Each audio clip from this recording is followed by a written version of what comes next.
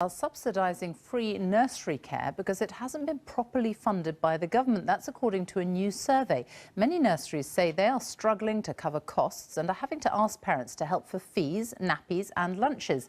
The government says the funding was never intended to cover the cost of meals or additional services, and that it's investing £6 billion in childcare by 2020.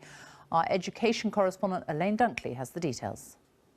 How many of the pink beads have we got? At Sparkling Stars Preschool in Poole, the numbers don't add up. It's struggling financially to provide children with 30 hours of free care a week and says the government hasn't provided enough funding for the scheme. We're struggling big time here in Poole. Preschools in Poole are paid £3.77 per hour to deliver funded childcare. Our true cost of provision is closer to £5 per hour. The only person that this policy is free to is the government. It is not free to providers. We are subsidising this policy. It is not free to parents or their children because we are having to ask for additional contributions to cover parts of what we offer that the funding does not cover. Before the scheme was introduced, the high cost of childcare meant some parents were worse off going back to work. But with some nurseries struggling to offer 30 hours a week, parents are being asked to pick up additional costs. Having the 30 hours gives me the security to be able to work more, but obviously if they can't sustain it, then that's concerning.